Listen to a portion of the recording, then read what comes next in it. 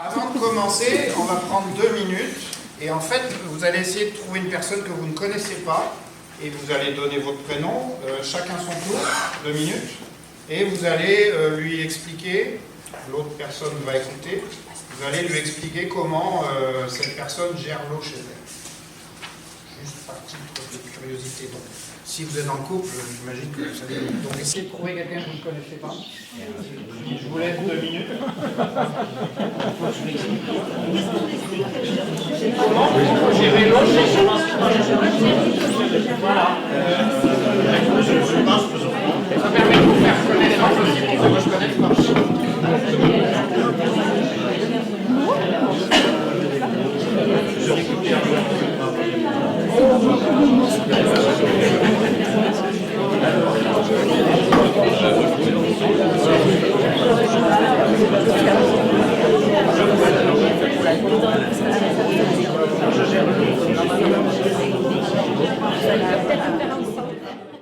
Alors je vous dis, c'est la première en conférence gesticulée sur l'eau. Je voulais faire une expérience. Ah non, c'est pas la peine. Je voulais faire une expérience qui n'a pas marché, donc je ne vais pas vous la reproduire. On va faire d'autres choses, mais ça va marcher quand même. Donc voilà le programme. Ça s'appelle une conférence gesticulée. Il est où l'aimant? Ça s'appelle une conférence gesticulée, c'est pour ça. Donc on va parler de la gestion de l'eau et de la régénération des sols. D'abord je vais me présenter, donc je m'appelle Eric Hidet. Acte 1, qui c'est toi? Moi. Donc je vais vous brosser un petit peu mon passé en 30 secondes, parce que ça suffira. Donc au début, quand j'étais jeune, j'étais un peu eau et forêt, c'est-à-dire que j'ai été scout pendant 7 ans, et je voulais faire une carrière dans les eaux et forêts. Donc comme je n'étais pas très bon à l'école, j'ai pas fait une carrière dans les eaux et forêts.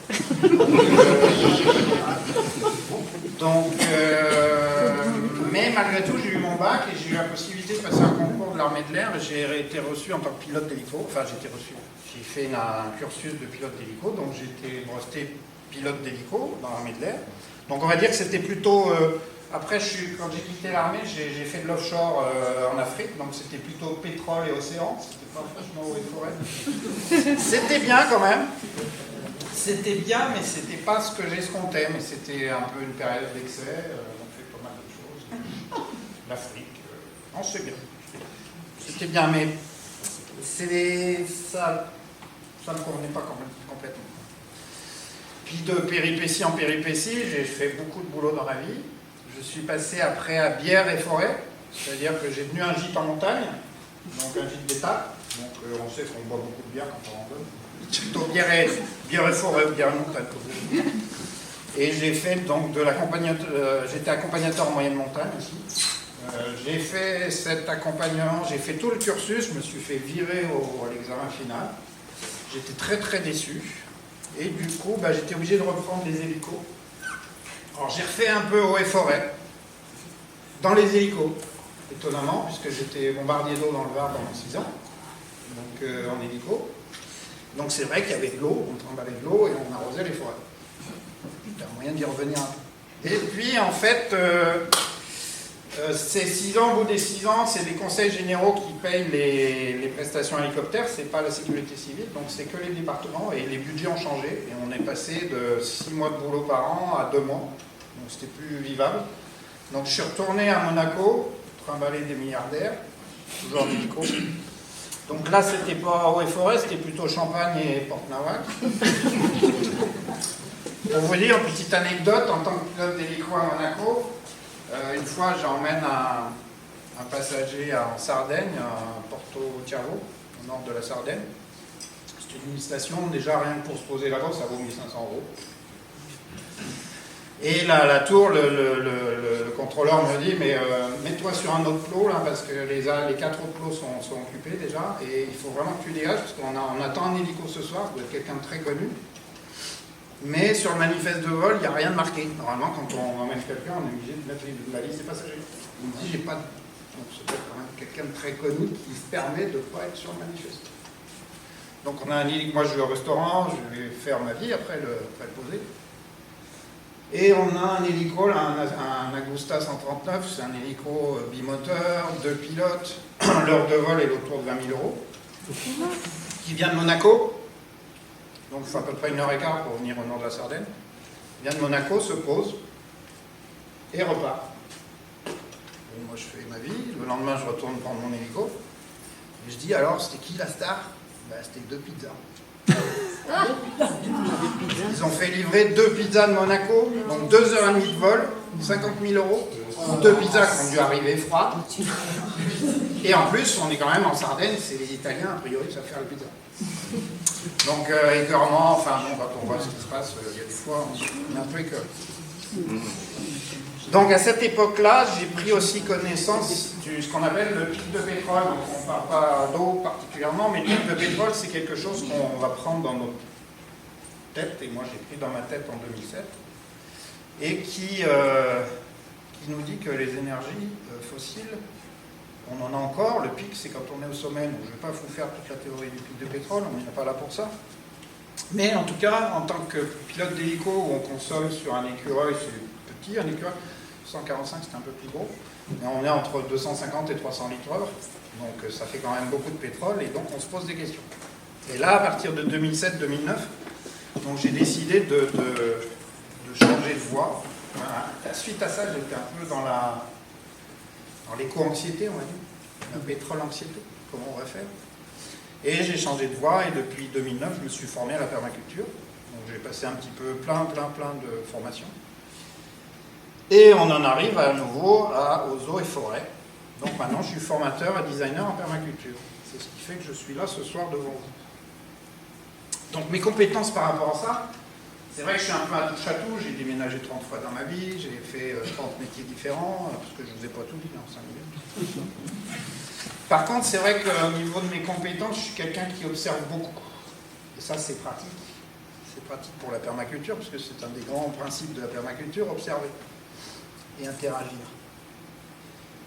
Et en même temps, je suis aussi un pro de la lecture de cartes et de la vision en 3D, ayant volé au-dessus de tout ça.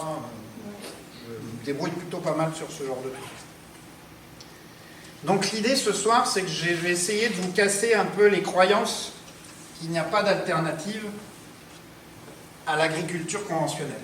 Parce qu'en fait, des alternatives, il y en a, sauf qu'on ne veut pas... je ne suis pas sûr qu'on veuille que ça change. Ça change. Alors, je vais revenir. Je vous laisse 2 minutes. Je change de sujet, alors je me change aussi. Ça va prendre longtemps. Il va prendre une douche, pour parler d'eau.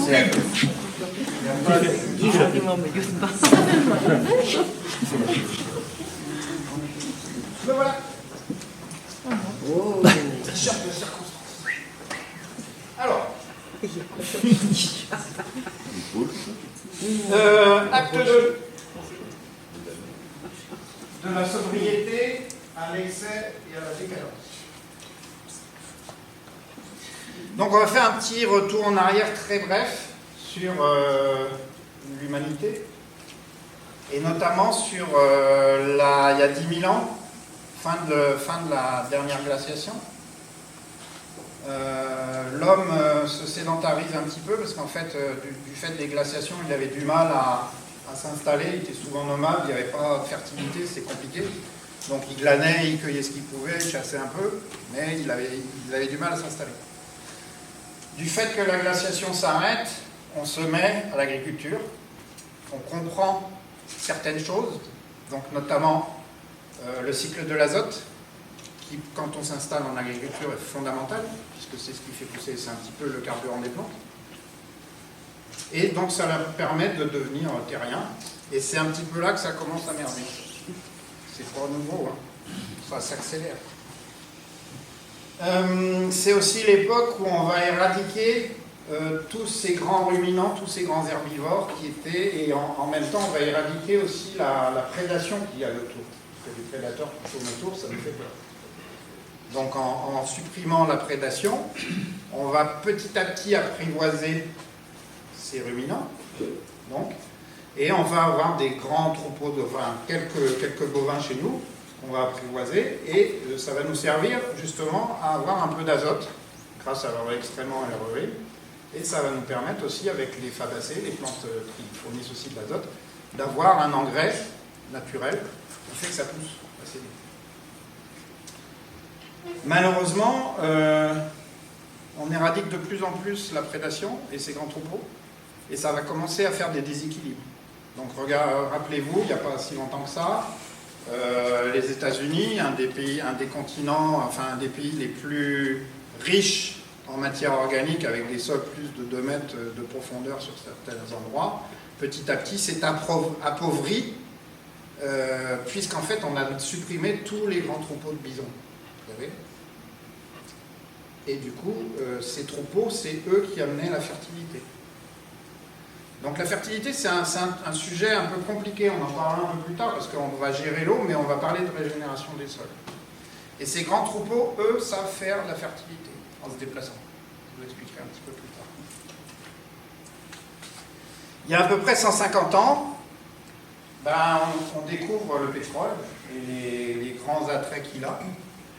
Donc jusque-là, la démographie, depuis la préhistoire jusqu'à il y a 150 ans, ça s'était relativement développé, mais ça suivait une courbe relativement plate. Et à partir du début du pétrole, toutes les courbes se sont petit à petit affolées jusqu'à faire des paraboles à l'heure actuelle. Et du coup, on a eu une expansion de la population, mais tout est parti en exponentiel. Donc ça a permis l'agriculture, du coup on est passé, le pétrole a permis d'avoir des machines. Avec la Première Guerre mondiale, on a récupéré toutes ces armes qui étaient pleines de nitrates, on en a fait des engrais. Donc on est parti de là, avec les engrais qui permettent de faire pousser les plantes. On a développé le pétrole, c'est les pesticides, les engrais, les machines, tout ça, ça fonctionne avec du pétrole. La plupart, c'est des dérivés du pétrole. Donc ça a permis tout ce développement économique, toute cette ère industrielle qui s'est mise en place, c'est grâce au pétrole. Malheureusement, ce pétrole qui, à cette époque, c'était assez facile en fait.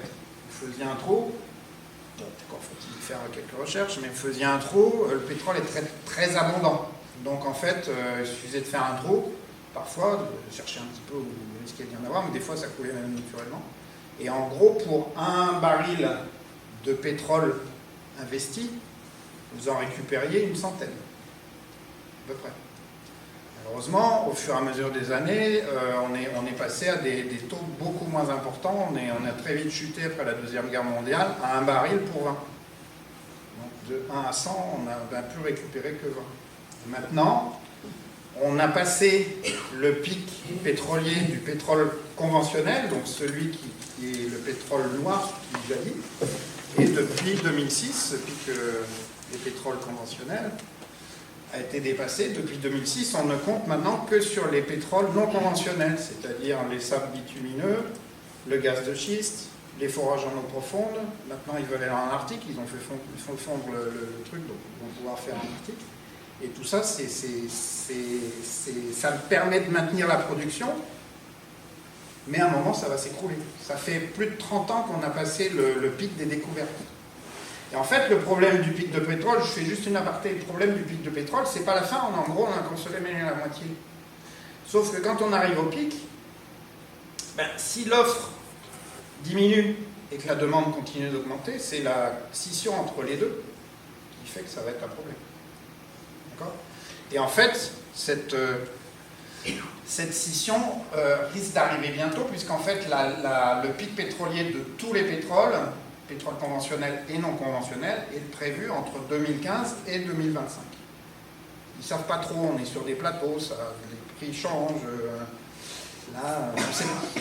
Donc le jour où on est sur la chute, on aura encore du pétrole, mais l'accès à ce pétrole va être de plus en plus difficile. Donc il va falloir s'organiser autrement. Bon, c'était une aparté. Je pète l'ambiance d'entrée, hein, c'est plus facile après. Donc l'avantage du pétrole, je vous l'ai dit, hein, c'est qu'on a permis, grâce à ça, de produire une alimentation pour un développement de la population qui est exponentiel. Bon, c'était quand même un avantage. On n'aurait peut-être pas pu le faire autrement. Et l'inconvénient, ben, c'est qu'on a dégradé la biodiversité, le potentiel du vivant de la planète. À l'heure actuelle, on a atteint 6 des 9 limites planétaires. Donc je ne vous fais pas le topo de toutes ces limites, parce qu'il y en a, je peux vous le faire, mais ça prend un peu de temps, et on en parle après si vous voulez. Et cette agriculture conventionnelle a appauvri nos paysages. C'est-à-dire sur 3 critères. Alors dans l'ordre du moins important au plus important, la pollution. Alors il y a plein de critères qui sont négatifs sur notre planète à l'heure actuelle, mais là on va parler uniquement de celui qui concerne les sols, la terre, la pollution. Donc je ne vais pas les afficher parce qu'on ne va pas les retenir, c'est pas grand intérêt. Donc ça, la pollution, le problème, c'est qu'on continue, les sols sont tellement dégradés à l'heure actuelle qu'on continue on met de plus en plus d'engrais pour maintenir cette alimentation dont on a besoin. On est obligé d'en mettre de plus en plus. On pourrait penser que l'usage des pesticides, des engrais, des insecticides, de tout ce que vous voulez, diminue. C'est pas du tout le cas. On continue d'en mettre de plus en plus parce qu'en fait les sols deviennent de plus en plus pollués. Enfin, morts. Deuxième chose un peu plus importante, la déforestation. La déforestation, c'est dramatique aussi parce qu'en fait, c'est souvent, c'est un peu partout, mais c'est beaucoup dans les pays tropicaux. Et le problème des pays tropicaux, c'est qu'on a des sols qui sont très faibles en épaisseur.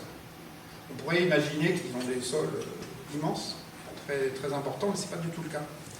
Et pourquoi? Parce qu'en fait, on est dans des pays où il fait chaud, il fait très humide. Donc chez nous, quand on arrive à composter une branche comme ça, on est assez content. Là-bas, ils compostent des troncs d'arbres. Donc la feuille, en plus, il y a plein d'arbres où les feuilles ne tombent pas. Mais quand il y a des feuilles qui tombent, elle n'a pas le temps de tomber par terre, qu'elle est déjà décompostée pratiquement. Je un peu, hein, je le rajoute un peu. En fait, on a des sols très faibles. Donc quand vous faites une coupe à blanc comme ça, pour récupérer le bois, le problème c'est que derrière, il n'y a plus de sol. Donc nous, on a des forêts où ça peut repartir, parce qu'on a quand même du sol. Là-bas, ils ont très peu de surface de sol, et ça ne repart pas. Donc ils arrivent à mettre des ruminants, ils arrivent peut-être à refaire pousser quelques arbres, de l'huile à palme, ce genre de truc, des palmiers à huile. Mais dans l'absolu, si à un moment on recoupe une deuxième fois, il n'y a plus de sol du tout. Donc c'est un vrai problème de ces zones tropicales. Ça c'est le deuxième problème dans l'ordre croissant. Et le problème le plus... je regarde si je vous viens, parce que je vous dis, c'est la première fois. Le troisième problème, et ce qui est le plus dramatique, c'est ça. C'est le ruissellement, l'érosion des sols. Et on est, à l'heure actuelle, et je pense que vous, là, je ne suis pas le seul ancien dans la salle. Je pense que vous, même petit, quand il y avait des grosses chutes de pluie, vous avez toujours vu les rivières marron. Toujours. Et bien, c'est pas naturel. Et maintenant, plus que jamais. Mais c'est pas naturel. Vous allez au fin fond de l'Amazonie, là où ils n'ont pas coupé les arbres encore. On n'est pas au stade là. Vous allez au fin fond de l'Amazonie. Quand il y a une grosse chute de pluie sur la forêt, les rivières restent limpides, quoi. Elles restent limpides. Parce que le sol absorbe tout.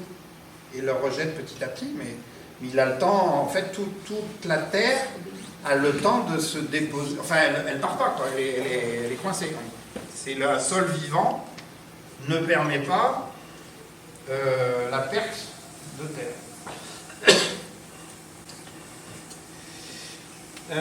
Donc tout ça, ces trois critères vont faire bien entendu que les sols vont mourir, que la biodiversité va s'appauvrir considérablement et qu'il va falloir faire autrement. On a à l'heure actuelle à peu près les 2 tiers de la surface planétaire, continental, 2 tiers dont les sols sont fragilisés. Et la désertification va de plus en plus vite. Il faut savoir qu'à l'heure actuelle, on a estimé, avant la révolution verte, l'érosion, le ruissellement qui emmène la terre dans les rivières et qui l'amène aux océans, c'était à peu près 150 kg par hectare et par an de terre, enfin de sol, de matière organique qui partent à la rivière et de terre. À l'heure actuelle, on en est à peu près, en Europe, on est à peu près à 200 tonnes par hectare et par an. 150 kg, 200 tonnes. Aux États-Unis et en Australie, ils sont à 500. Donc en fait, c'est quelque chose qu'il va falloir changer parce qu'autrement, on ne va pas s'en sortir. Bientôt, on va être partout.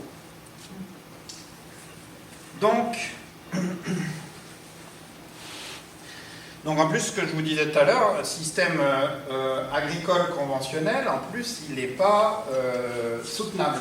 Il ne va pas durer éternellement, puisqu'en fait, il ne tient que grâce aux subventions. À l'heure actuelle, c'est pour produire 1 calorie alimentaire, on va parler en équivalent énergétique, hein, pour produire 1 calorie alimentaire, il faut à peu près 7 à 15 calories en amont, donc sous forme d'engrais, de pesticides, de pétrole, de tout ça. Donc c'est forcément pas soutenable, ça ne peut pas tenir. Donc les pauvres paysans, parce que je dis malheureusement, ils sont dans un système, on les a coincés là-dedans, indirectement, s'ils n'ont pas les subventions, ils sont tous morts. Voilà. C'est bon, je vous ai plombé et malheureusement, donc on va avoir une obligation de changer, il va falloir s'adapter, il va falloir régénérer les sols, et je suis venu là pour vous en parler. Autrement, si on ne fait pas ça, il est fort probable, vous connaissez tous les courbes de Denis Meadows qu'il avait fait pour le Club de Rome. Je vous en parle vite fait, c'était pas forcément dans le sujet, mais je vous en parle, je vais quand même amener la courbe, je suis en sujet.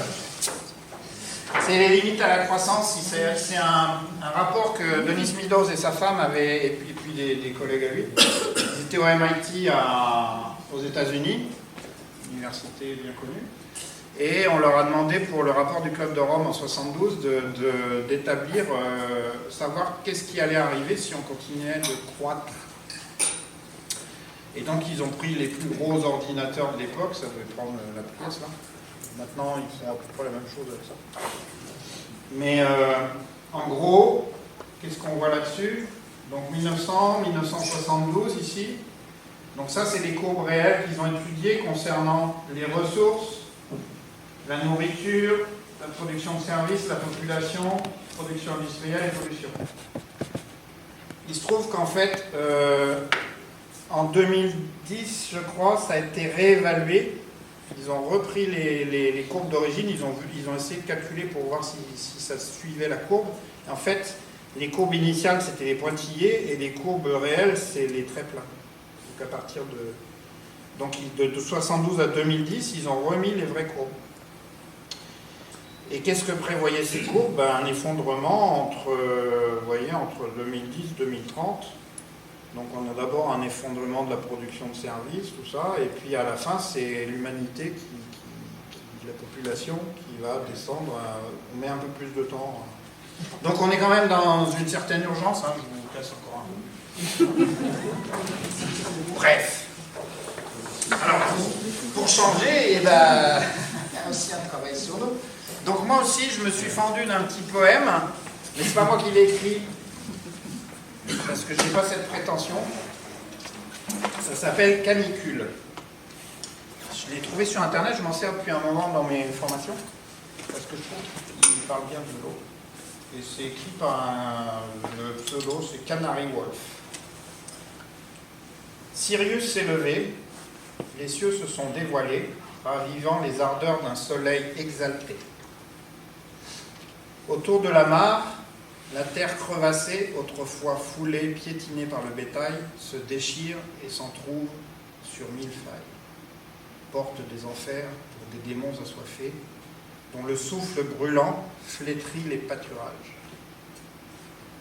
La frêle cascade pleure au-dessus du village. L'air surchauffé vibre par-delà les pierres, rien d'autre qu'une turbulence meurtrière. Quelques arbres dont le feuillage disparaît, emportés et soufflés par une nuée enfiévrée, offrent aux passereaux venus se mettre à couvert sous leur frondaison un asile délétère. Plus d'animaux, plus de fleurs, plus de vivants qui osent encore affronter cet air pesant. Les troupeaux assoiffés ont fui la fournaise, inondant ce désert que plus rien n'apaise. Désertent aussi les terrasses alanguies, où les hommes accablés, victimes de torpeur, incapables de se mettre au labeur, manquent tour à tour de vigueur et d'énergie. Un souffle ardent impose à tous le repos. Le village somnole derrière des volets clos. Une abeille en quête de nectar gesticule, comme moi, sur les broussailles bravant cette canicule. Ainsi, les yeux implorants, tournés vers l'Olympe, dans un ultime espoir, tous exhortent les nymphes à distiller au crépuscule par leur divine alchimie les larmes de la terre en eau, promesse de vie. Oui, c'est pas bon. Eh bien, en fait, on a des solutions. C'est le moment positif, là. Ouais, c'est le moment positif. Donc, on peut gérer l'eau et régénérer les sols tout en ayant une viabilité économique et une viabilité sociale saine. C'est possible. D'ailleurs, Bill Mollison, si vous ne le connaissez pas, c'est un des précurseurs, enfin un des concepteurs avec David Holmgren de la permaculture, disait il y a déjà bien longtemps, mais je pense qu'il serait toujours d'accord, il est décédé maintenant, alors que les problèmes du monde sont de plus en plus complexes, les solutions demeurent honteusement simples. Et c'est pas faux. Donc, retour vers le vivant.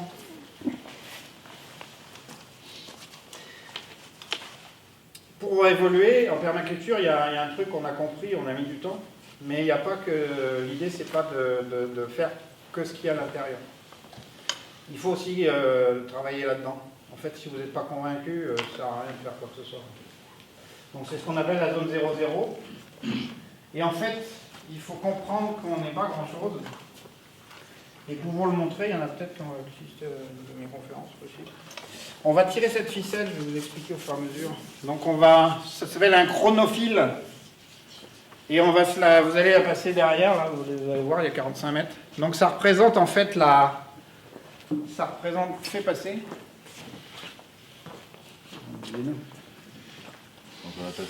Ça représente la Terre, 4 milliards 500 millions d'années, donc 45 mètres. Donc là, on est à... Ah, j'ai pas pris le bon. Si, c'est bon. Attendez, j'en ai plein. Celui-là, il est bon. Là-bas, on est à 4 milliards. Donc il ne se passe rien, il n'y a pas de vivant. 3 milliards 8. 3 milliards 8. Les premières cellules à ADN. Premières bactéries à ADN, pardon. 3 milliards 8, ouais, cyanobactéries. Donc il y a déjà du vivant. Il y a déjà du vivant, mais ça ne bouge pas beaucoup. Enfin, ils se débrouillent entre elles, hein, les bactéries. Et ça descend, vous voyez, il ne se passe pas grand-chose, il n'y a que des bactéries sur Terre. Ah, 3 milliards. Toujours rien. Toujours rien. Donc c'est les 3 milliards 8, c'est les prokaryotes, bactéries à ADN. On descend. Faites passer. Ah, il se passe du temps. Hein. Et il ne se passe pas grand-chose en même temps. Ça prend du temps. Ta-da-da.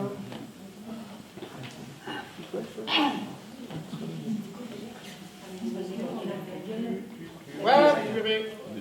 2 milliards 100. 2 milliards 100. Ah, c'est encore des bactéries. Eucaryotes. Elles ont des noyaux, celles-là. C'est un peu plus évolué. Bon, ben là, c'est 2 milliards. Donc, c'est encore 20 mètres. Vous pouvez refaire un tour. Hein. Pour l'instant, il n'y a pas d'autre vie sur Terre que ça. Il n'y a que des bactéries. Pour l'instant. Donc comprenez que les bactéries, elles ont certainement compris beaucoup de choses, bien avant nous. C'est pour ça qu'on en a plein l'estomac, on est en moitié fait de bactéries. Hein. C'est vrai que c'est bon. C'est long, hein, ça passe pas grand-chose. Hein. On va s'emmerde un peu cette conférence. Un peu chier la conférence. 1 milliard, allez pas trop vite, on va vite arracher. 1 milliard, bah, il n'y a toujours pas d'autre chose que des bactéries. Ah, il passe quelque chose. On est à 7 mètres. Les animaux primitifs, mais alors vraiment ils sont primitifs parce qu'un mètre après on a les coquillages. Donc, vous voyez, donc 6 mètres, 600 millions d'années, les coquillages. On va aller doucement maintenant. 500 millions d'années, les premières plantes. Premières plantes. 400 millions d'années, les premiers animaux terrestres. Les animaux terrestres. Vous avez vu les bactéries comme elles ont fait du boulot depuis? Là on doit être à 300 millions d'années, les dinosaures. Là on est à 200 millions d'années, les premiers mammifères. Oh, nous on n'est pas encore là. Hein. 200 millions d'années, les premiers mammifères. Là, 100 millions d'années, les plantes à fleurs. Jusque-là, elles n'avaient pas de fleurs. Là, c'est la disparition des dinosaures. Là. Allez, on arrête tout, il n'y a plus à la fin. Là. C'est moi que vous allez voir. Là, c'est les plantes à fleurs. Non, que j'ai dit, la disparition des dinosaures. Et là, il y a 7 cm là. Ça, c'est les hominidés, c'est-à-dire qu'on descend à peine de là, mais on ne marche pas debout. Hein. On va se mettre debout à la moitié, 3,5 millions. D'accord? Et en fait, Homo sapiens, je ne vous l'ai pas mis là, mais c'est 2 mm. Et on s'imagine être des dieux.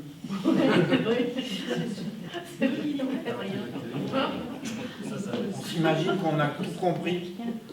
Il faut revenir un petit peu. Alors, Pierre, Michel, je te vois là, t'es bon pour...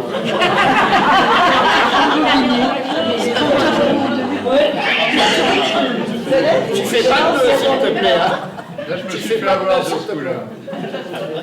Donc en fait, jusqu'à présent, on se met un petit peu comme ça. Là, je vais déjà l'homme au-dessus de la femme, hein, quand même, on ne sait jamais. Ouais, c'est vrai. Déjà, Il faudrait qu'on se mette quand même comme ça. Hein. Voilà. Il faudrait qu'on revienne à quelque chose de... On fait partie du vivant. il faut le ramener, le Sauf qu'on l'a oublié. On l'a oublié. Donc c'est triste. Donc, je pense qu'il faut qu'on prenne beaucoup d'humilité dans cette affaire. On est que dalle. On n'a rien compris. Et là, je vous parle que de la planète Terre. Hein. Si on regarde dans l'univers, tout ça, on n'y a rien. Donc, humilité. Michel, t'es à 100 millions d'années. Alors, je vais vous parler d'un bonhomme dont je reviendrai dessus un peu plus tard. Donc, je vous expliquerai un peu ce qu'il a fait, cet homme-là. Il s'appelle Alan Savory. Peut-être certains le connaissent. Il écrivait non seulement le monde est plus complexe que ce que nous sommes capables de comprendre, mais il est tellement plus complexe que nous ne pourrons jamais le comprendre. Pendant des siècles, les humains essayent de gérer la Terre avec peu de succès, parce que la Terre n'est pas compréhensible par une partie d'un tout trop petit. Donc l'idée du tout trop petit, c'est vous faire venir sur une notion de ce qu'on appelle le holon. La nature fonctionne, là on va passer un petit peu dans la permaculture et l'holistique. Holistique, ça vient de holon, justement. La vision holistique des choses, c'est une vision globale, c'est plus large que la vision systémique. Donc on fait partie d'un plus grand tout, et on est nous-mêmes, un holon, c'est un peu comme les poupées russes. C'est-à-dire qu'en nous, on a des systèmes respiratoires, urinaires, cardiaques, tout ça, qui sont eux-mêmes des holons. Et en fait, si on parle du plus petit, on va tomber dans les atomes et encore plus petits que ça, parce qu'ils en découvrent de plus en plus petits. Et chaque particule, tout ça, créé, fait partie d'un tout plus grand. Et pour arriver, la seule chose qui fait qu'on va peut-être pouvoir s'en sortir, c'est de se dire qu'on fait partie d'un tout plus grand et plus petit, et il va falloir composer et comprendre comment ça fonctionne. Et on ne sera jamais capable de tout comprendre d'ailleurs. Il faut avoir cette humilité aussi. Mais du coup, qu'est-ce qu'il faut se dire? Il faut se dire que la nature a tellement d'années d'avance par rapport à nous, hein, 2 mm, pas grand-chose avec 38 mètres. Les bactéries, tout ça, ils ont tellement compris de choses avant nous qu'il faudrait peut-être qu'on prenne cette humilité, se dire, ben, à défaut de tout comprendre, on va peut-être essayer d'imiter ce que fait déjà la nature, ce sera déjà pas mal. Si on arrive à l'imiter, ce qui n'est pas forcément le cas, hein, mais on peut essayer déjà. Donc la nature fonctionne comme un tout, le holon. Donc tout ce qui est holisme, holistique, holarchie, une manière de gouverner, ça vient de ce mot holon. D'accord ? Donc avec une perspective d'holistique, on va prêter attention aux relations différentes des parties du tout. Ce qui est possible de construire, de créer des relations syntropiques, symbiotiques, pardon, symbiotiques, c'est tout, et mutuellement bénéfiques. Donc l'idée de la permaculture, c'est ça en fait, c'est créer du lien entre les choses. Et c'est quoi la permaculture? Il y en a un qui pourrait me dire en une phrase Bravo Michel. Bravo Michel. Remonter le temps. Merci. C'est bon, bactéries. Ah, il a mis en place un système de bactéries qui l'ont beaucoup aidé. Donc c'est quoi la permaculture en fait? En fait, pour beaucoup de gens, la permaculture, vous avez une réponse peut-être? Non. La permaculture, pour beaucoup de gens, c'est une technique de jardinage. Et en fait, ça n'a rien à voir avec ça. Ah merde. Pas de bol. La permaculture, je vous le montre en pas beaucoup de temps, hein, ça va aller vite. Bon, on est vendredi 13, je peux ouvrir un parapluie. Alors, bon, on en est.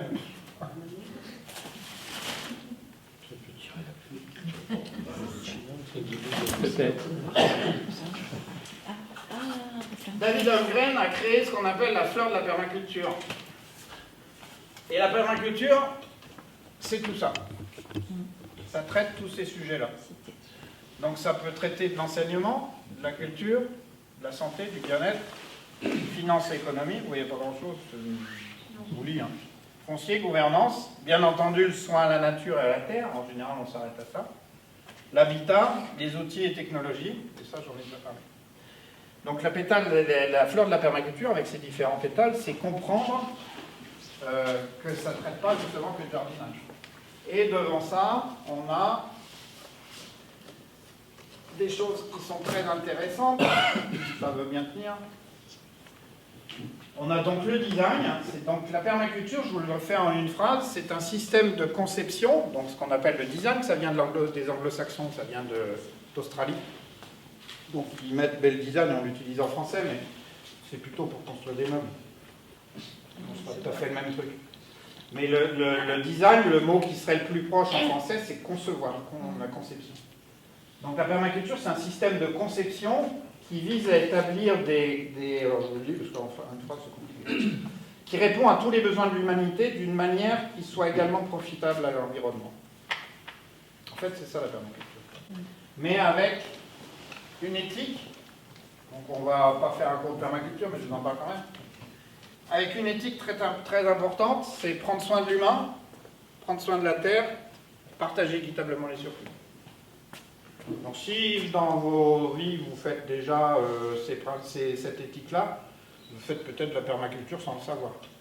Donc c'est aussi un mot valise, on y a mis beaucoup de choses là-dedans, mais avec une éthique aussi simple, c'est facile à respecter.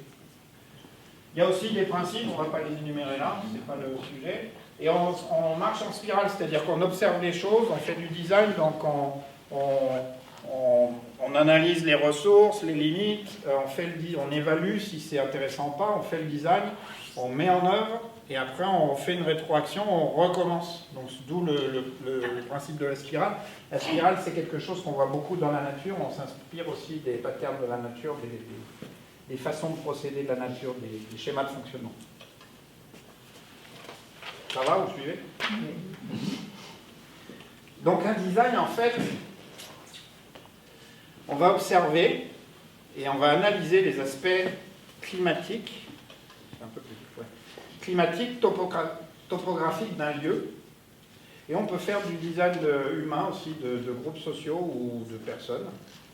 Et on va y rajouter, donc quand on fait l'analyse topographique, on regarde l'orientation, les pentes, le soleil, comment il va, on analyse la latitude, l'altitude, les flux qui passent sur le terrain, c'est-à-dire les flux énergétiques, ça peut être le soleil, le vent, l'eau, c'est partie de ces flux. Et on travaille aussi avec le principe de zonage. Le principe de zonage, c'est le meilleur moyen d'économiser de l'énergie. C'est-à-dire que si vous faites un poulailler, si vous le mettez à 500 mètres de chez vous, et que vous y allez 3 fois par jour, pour ouvrir, pour aller chercher les œufs, pour fermer, vous aurez fait 3 km à la fin de la journée, donc c'est peut-être pas le but. Donc l'idée, c'est pas de le mettre sous la fenêtre non plus, parce que ça fait du bruit, ça peut avoir des odeurs, donc on trouve un bon compromis. En général, c'est autour de 30-50 mètres. Et du coup, je vous donne un exemple, mais sur le principe de zonage, quand vous allez aller 3 fois au poulailler, directement, sur le chemin du poulayer où vous passez 3 fois par jour, c'est intéressant de mettre des plantes qui sont des petits fruits, des petits trucs comme ça, que vous allez voir mûrir et que vous allez cueillir au moment adapté, plutôt que de les mettre n'importe où et vous ne passerez pas devant et vous ne les verrez pas mûrir, et quand vous allez y aller, ils seront déjà dépassés. Donc on procède un peu comme ça. Et on travaille avec le vivant. Le vivant, c'est primordial. Et je vais vous poser une question sur pour vous. Alors je sais ce que vous allez me répondre, mais c'est normal, c'est un piège. Sur Terre, la question, attendez, je la lis parce que quels sont pour vous les lieux les plus créateurs de vie sur Terre?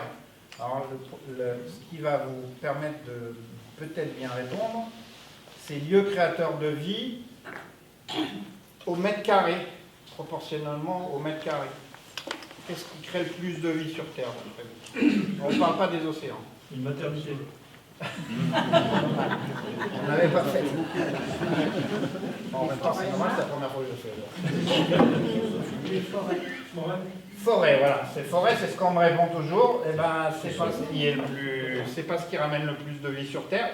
Bien entendu, sur la surface planétaire, c'est les forêts qui sont prédominantes, donc c'est bien la forêt qui crée le plus de vie. Mais c'est pas dans la forêt au mètre carré, proportionnellement au mètre carré. C'est pas dans la forêt qu'on a le plus de vie. Alors, les mares, c'est pas mal aussi, ça vient avant la forêt. En fait, tous les étangs et bassins un peu profonds, quand je dis peu profond, c'est-à-dire moins de 2 mètres, parce qu'après on a une déperdition de la lumière, donc la vie est moins efficace au-delà de 2 mètres. Et jusqu'à 2 mètres, les étangs et les bassins peu profonds, c'est là où se crée le plus de vie au mètre carré. Donc avant la forêt. Non, avant, vous risquez de ne pas trouver la mangrove, numéro 1. La mangrove, en fait, c'est quoi une mangrove? C'est beaucoup de vases, beaucoup de plantes. C'est souvent l'embouchure d'un delta, l'embouchure d'un fleuve et de l'océan ou de la mer.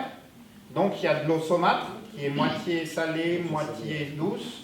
Et ça crée une prolifération de vie qui est phénoménale, au mètre carré. Malheureusement, tout le monde ne peut pas créer une mangrove dans son jardin. Donc c'est un peu compliqué. Mais par contre, en 4e vient les savanes et les pâturages, qui créent pas mal de vie. Donc après la forêt, on va les et en dernier vient les jardins mulchés. Enfin, toutes les choses qui sont dont les sols sont couverts.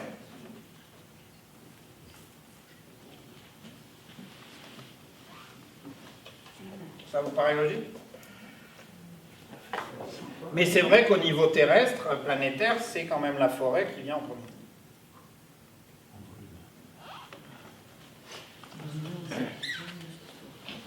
Donc en fait, en permaculture,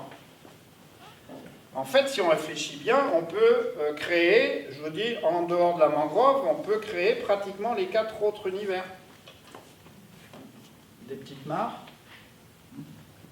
des coins un peu de forêt sauvage, de la prairie, où vous pouvez faire pâturer, et des petits jardins, où vous travaillez un peu plus intensément, mais qui sont toujours couverts. Ça, c'est le principe. Et nous, ce soir, en fait, on va travailler là-dessus. On va travailler là-dessus. En fait, on n'imagine pas qu'un système vivant, c'est de l'énergie, en fait. Tout est de l'énergie. Nous sommes de l'énergie. Les plantes sont de l'énergie. Et en fait, ce qu'on va tenter de faire en permaculture, c'est de stocker la vie dans le paysage. En fait, se servir du paysage comme d'une batterie, en gros, si on peut faire une métaphore. Et donc, un sol couvert riche en matière organique, avec des animaux qui sont dessus, des plantes et des animaux sains, vous allez obtenir une prospérité biologique. Donc, pour faire ça, en design, on utilise aussi l'échelle de la permanence. Donc l'échelle de la permanence, en fait, c'est en 10 points.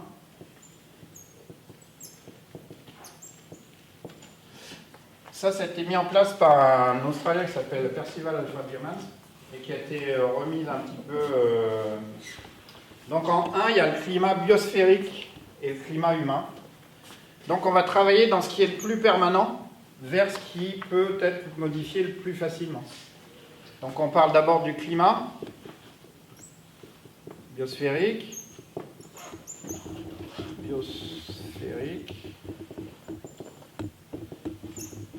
Et je rajoute le climat humain, parce qu'on se rend compte que si on n'est pas prêt, ce que je vous disais là-dedans, si on n'est pas prêt de changer, ça ne sert à rien le reste. Donc il faut avoir cette volonté d'évoluer vers autre chose. Ne faites pas de design ou n'allez pas si vous n'êtes pas convaincu que ça a un intérêt, quoi. Et le problème, c'est que c'est très permanent. Bon, le climat, on arrive finalement à le modifier. Hein. On est quand même balèze, hein, pour faire des conneries. L'humain, on arrive à le modifier aussi, mais c'est souvent là que ça pêche. Deuxième chose, la géographie. Bon, c'est ce que je vous disais, la géographie et donc tout ce qui concerne la topographie. Donc ça, c'est quelque chose qu'il va falloir qu'on analyse très rapidement aussi. Ce que je vous disais tout à l'heure, l'altitude, la latitude, les orientations, les pentes, ce genre de choses. Troisième point, et c'est là où le sujet de ce soir, l'eau. L'eau, ça vient assez rapidement parce que c'est la vie, quoi. Si vous avez des animaux, des plantes, mais vous n'avez pas d'eau, tout va crever. Et nous aussi, d'ailleurs. Nous aussi. Parce qu'on est des animaux. Et ouais. Alors, étonnamment, après, on va mettre les accès, parce que là, on est dans un design... Les accès, pourquoi on met les accès? Parce qu'une fois qu'ils sont créés, on n'a plus besoin de les refaire, mais par contre, on les met après l'eau. C'est pas si important que ça, mais les passages sont quand même importants, parce que ça va vous permettre de construire le reste. Mais en fait, vous pouvez remonter un chemin à pied, que l'eau, si vous n'avez pas une pompe, elle ne remonte pas. Donc on crée d'abord les circuits d'eau, tout comment on implante l'eau, et après, on va mettre à partir de là les accès. Ensuite, on va y rajouter la foresterie.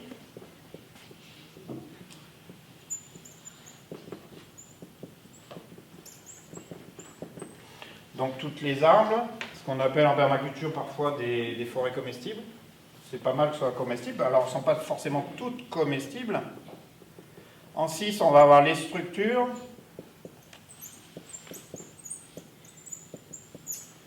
En 7, les énergies. Bon, ça, on passe. Énergie. C'est pas le sujet de ce soir, mais c'est pour vous montrer dans quel ordre on va traiter les choses. Si on a des animaux, il y a les clôtures. Il faut bien les parquer, autrement ça va être la cata.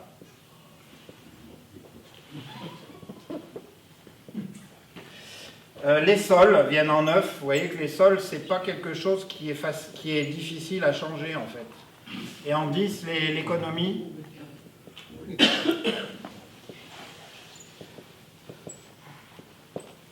Et en fait, ce soir, on va parler de ces trois sujets. Alors, on parle un peu de tout, forcément, parce qu'un design, ça comprend l'ensemble. Mais nous, ce qui nous intéresse, c'est ça, pour régénérer les sols, c'est l'eau.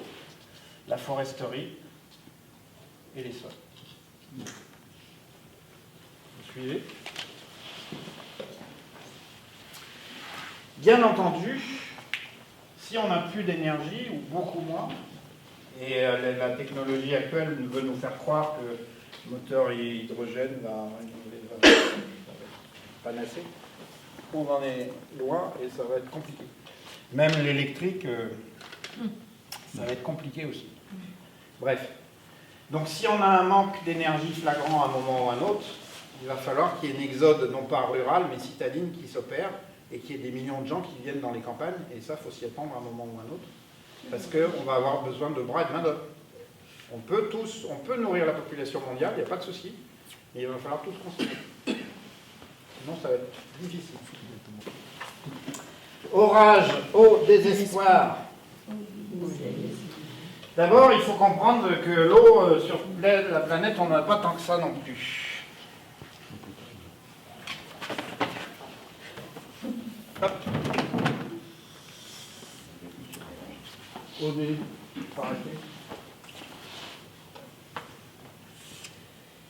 Vous voyez qu'on n'en a pas beaucoup. En fait, ça, c'est la planète, vous l'avez reconnue. Tu peux mettre plus haut. Ah, mais elle est pas plate. Vous voyez là? Parce qu'il y a le truc devant. Je le tiens. Ça, c'est la planète. Diamètre. Diamètre. 12 000 km de diamètre. Ça, en fait, c'est une sphère. Hein. Là, c'est écrasé. Hein. C'est toute l'eau qu'il y a sur Terre. Océan compris. Océan compris. En fait, si on ramène... Ben, c'est logique, hein, vous calculez le volume. Il faut savoir qu'à peu près les océans ont une profondeur moyenne de 3300 mètres, je crois. Donc vous prenez 3 km sur 12 000 km, ça ne fait pas grand-chose. Donc vous prenez toute cette eau, parce que là c'est toute l'eau, hein, potable, douce, salée, qui rentre là-dedans.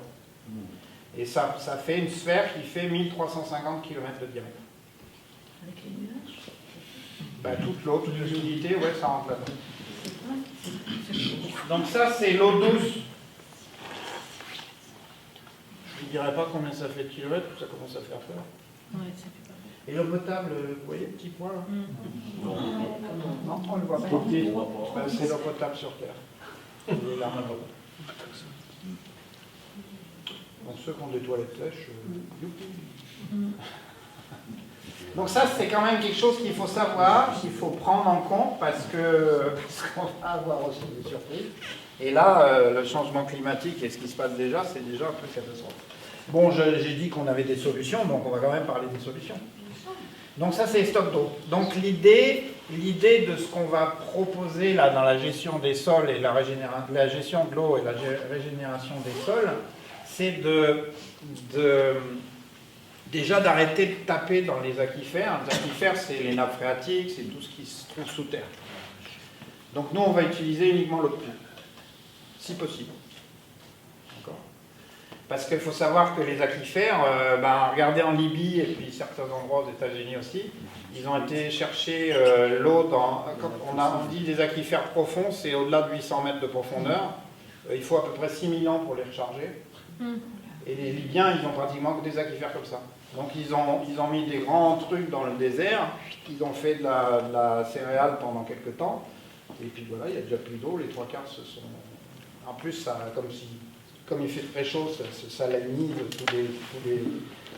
tous les minéraux qui sont dans l'eau, avec la chaleur, ça se dépose, les terrains deviennent infertiles, et puis les aquifères, une fois qu'ils sont vides, là, il faut 6000 ans, au-delà de 800 mètres de profondeur. Et nous, nos nappes phréatiques ne sont pas forcément en très bon état non plus. Hein. Ça, il faut le savoir. Donc, nous, on va travailler d'une manière différente. On va travailler avec les eaux de pluie. Les eaux de Mars. Alors, en Mars, il n'y en a pas eu cette année. Alors, il est à savoir quand même, en tout cas chez nous, je n'ai pas fait forcément regarder et étudier ça partout, mais on a toujours le même volume d'eau sur la planète. Ce qu'il y a, c'est que le climat est de plus en plus erratique. Donc, en fait, l'eau, nous, on a à peu près toujours... Ça n'a pas encore changé. On est toujours entre 700 mm par an à 1000. Voilà. Entre 60... Hein, ça a baissé de 100 en 10 ans, hein? Pratiquement pas. De 100 mm? Non, non. Moi, je fais la météo chez moi tous les jours et j'ai regardé les relevés de Valence. En fait, si tu veux, il y a d'une année à l'autre, il y a peut-être moins, mais en moyenne, on est toujours à peu près pareil. Et là, même cette année, on est avec la pluie du mois de... Il y a un mois, là, on a repris, on est au-dessus de 500. Et l'année dernière, au mois de septembre, on était à peu près pareil, et à la fin de l'année, on était à 800. Parce qu'il avait beaucoup plu octobre-novembre. Cette année, octobre, là, la semaine prochaine, ça devrait tomber, mais régulier. Donc on a toujours la même eau, dans l'absolu. Après, peut-être que ce sera perturbé, peut-être que ça va évoluer. Hein. Ça, je ne suis pas suffisamment scientifique pour vous affirmer que ça ne changera pas. Mais en l'état actuel des choses, ça n'a pas franchement changé. Ce qui change, c'est la durée de sécheresse qui est de plus en plus longue. Là, on est d'accord. Mais l'eau, sur l'année, elle y est. Et nous, du coup, on va essayer de capter l'eau au moment où elle est. C'est-à-dire, normalement, octobre, c'est une période où il pleut pas mal. Novembre, décembre. Et parfois un peu au printemps. C'est pas... Alors, étonnamment, j'ai regardé... Alors, là, c'est uniquement personnel. Moi, je fais la météo depuis 2012 chez moi. Le deuxième mois le plus sec chez moi, à Beauf, enfin, de ce côté-là, en fait. Je suis plus près de Vernou que de Beauf. Le deuxième mois le plus sec après le mois d'août, c'est le mois de février. Oui, c'était très sec. Mais depuis la moyenne, c'est depuis 2012. Donc ça, c'est un constat personnel, hein, mais c'est assez étonnant. Et du coup, on va essayer de capter cette eau au moment où les agriculteurs n'en ont plus besoin. Et qu'est-ce qu'on va faire, nous? On va essayer de l'imprégner dans les sols. On va servir des sols comme d'une éponge. Donc on va essayer d'augmenter cette capacité d'imprégnation des sols. On va essayer de passer d'un système érosif et destructeur à un système qui soit d'imprégnation et de stockage. On va stocker de l'eau, mais on va essayer aussi de stocker du CO2. D'où la régénération des sols aussi. Donc d'où l'eau, la foresterie, les sols. On va taper sur les trois tableaux en même temps. En fait, on va planter la pluie dans les paysages. L'idée là-dedans, c'est que l'eau parcourt le plus long chemin possible, le plus lentement possible, et si possible, le plus de fois possible. C'est-à-dire qu'en fait, je vous fais un truc là, si tout ça, ça va repartir derrière, c'est pas grave.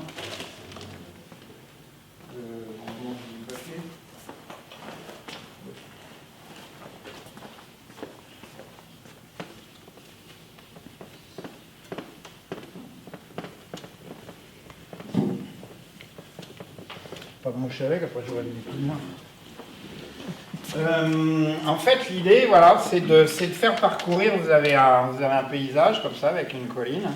Ben, on va essayer de lui faire parcourir le plus de chemin possible. Donc peut-être là, repasser comme ça, repasser comme ça, repasser comme ça, repasser comme ça. Jusqu'à arriver à un point qui est peut-être un petit bassin. Donc le plus long possible, le plus lentement possible. Et quand c'est rendu là, ben, si du coup on a encore un peu d'énergie et qu'on a besoin d'eau, ben, on prend une pompe, on remonte l'eau ici et on la refait couler. Donc si vous n'avez plus qu'un litre d'eau, mais vous vous faites passer 3 fois, c'est aussi vous en avez 3. Bon, là, il va faire coller au fur et à mesure, mais c'est l'image.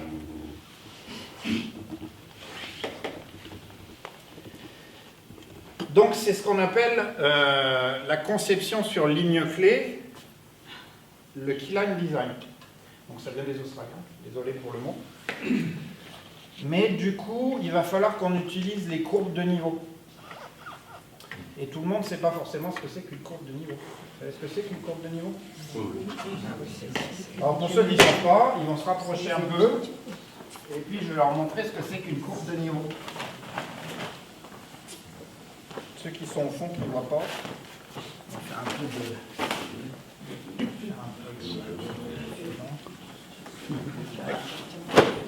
Un peu de relief. Ouais, il en faut des matériels pour gesticuler. Et encore, j'avais une démo, je vous dis qu'il n'a pas marché, je ne l'ai pas fait. Hein? fond, rapprochez-vous.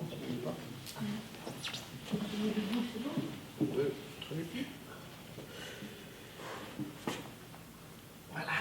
Vous avez un paysage.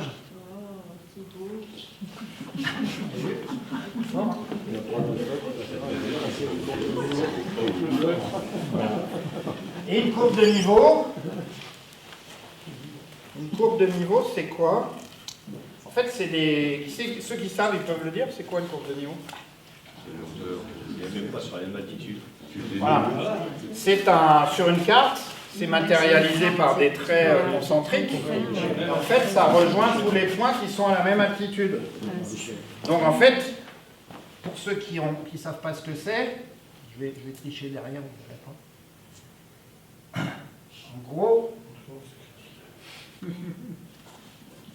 En gros, voilà, là je vais...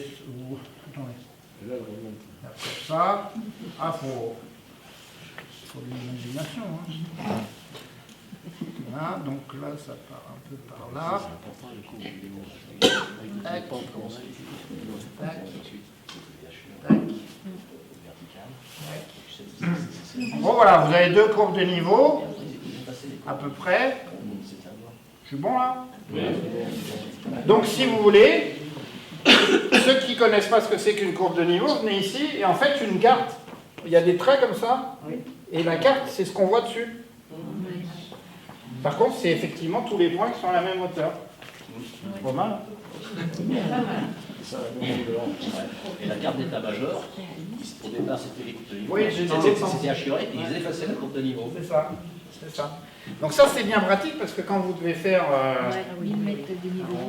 quand vous devez faire de la rando, mais en l'occurrence on n'est pas fait pour ça ce soir.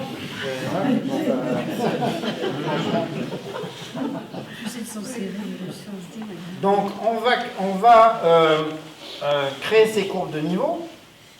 Donc on va dessiner, notre design va être fait grâce à ça. Et on va utiliser, parce qu'après quand on est sur le terrain, il faut la matérialiser la courbe de niveau aussi. Hein. Donc soit vous prenez un truc de maçon avec une règle avec deux pieds, ça marche très bien, soit vous utilisez un niveau égyptien. Oh là, je casse tout, la mairie va pas être contente.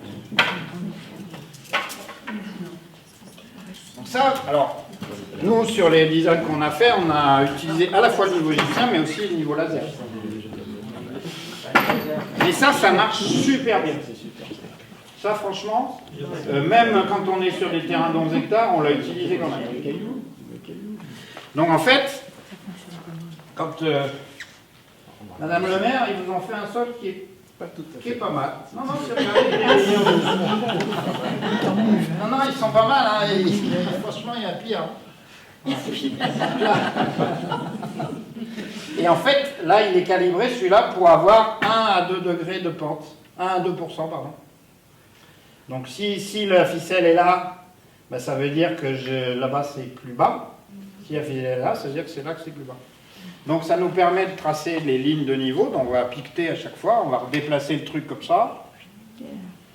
On va reprendre le niveau là. On va mettre un piquet là. On va en remettre un là. Et puis, on avance dès qu'on est au milieu. Donc ça, je vous le montre parce que quand vous faites des grandes surfaces, bien sûr ça va être compliqué d'utiliser que ça. Donc là, on va avoir des niveaux laser ou des comment ça s'appelle? Bref.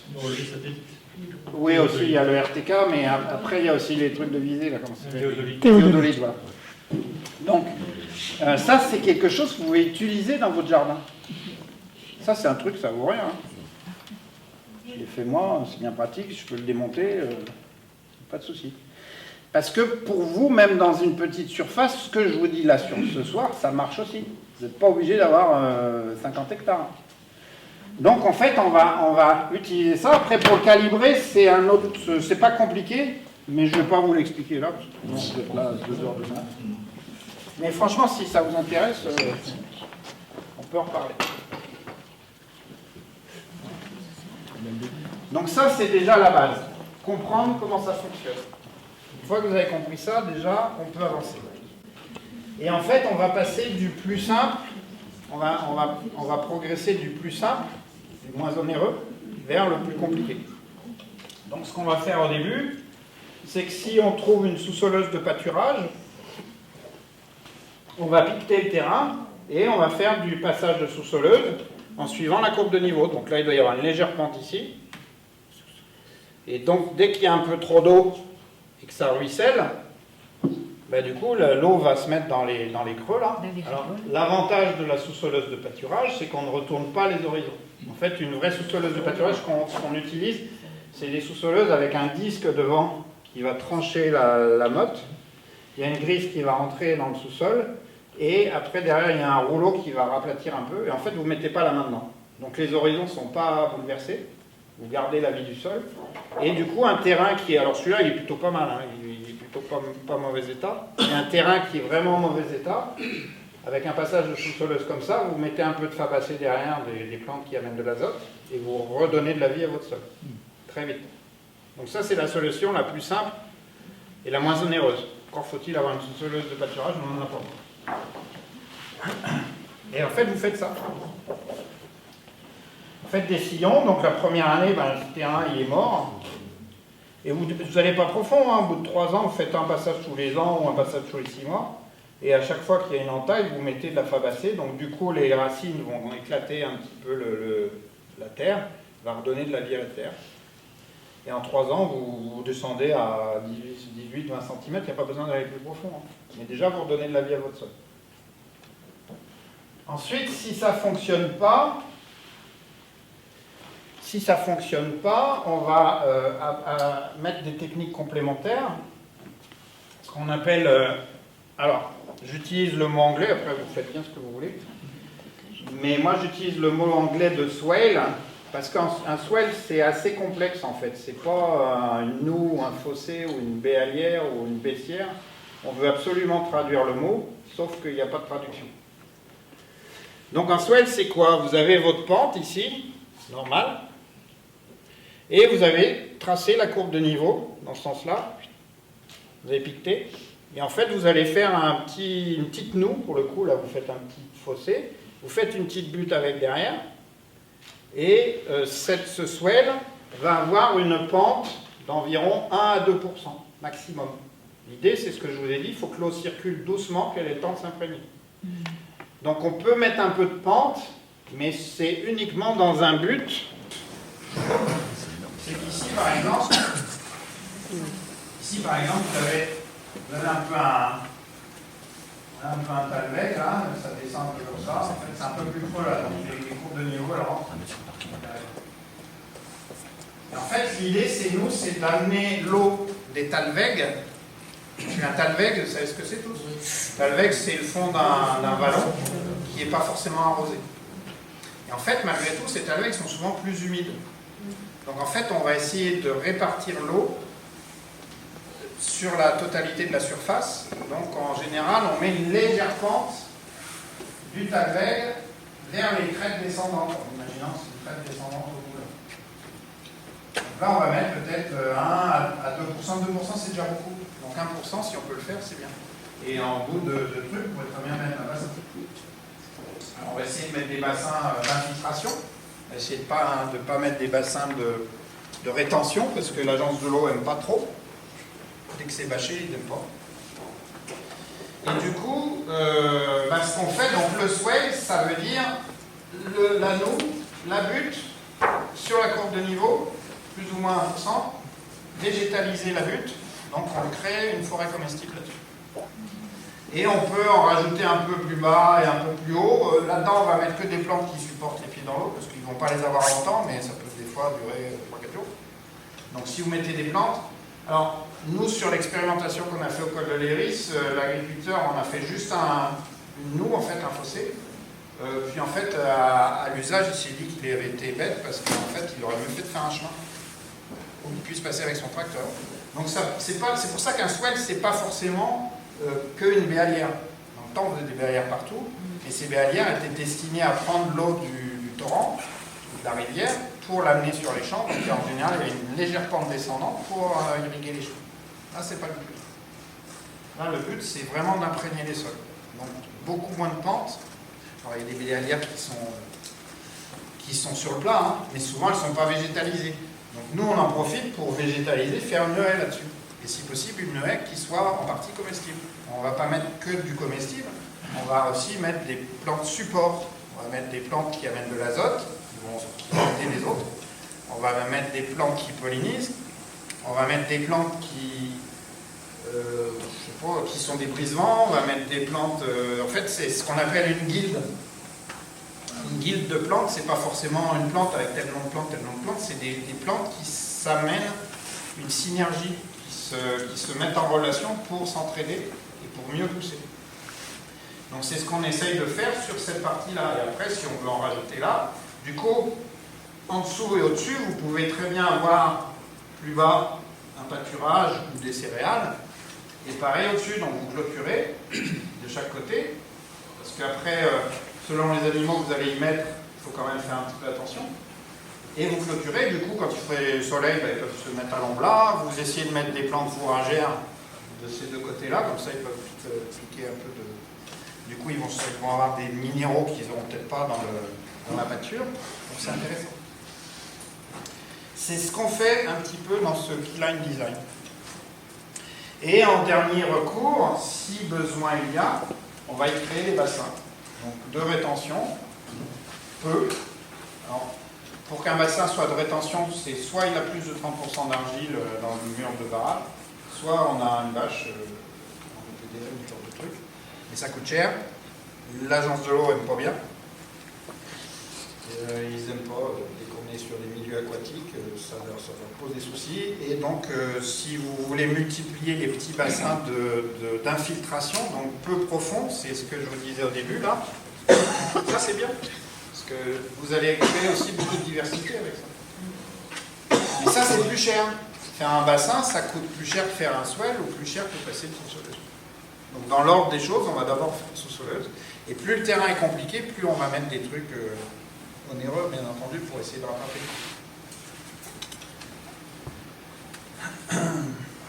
Qu'est-ce que je vous aurais pas dit? Et en fait, on fait un système de fourrage-pâturage, donc entre deux swells, on ne va pas forcément mettre des swells les uns à côté de l'autre, ils sont écartés.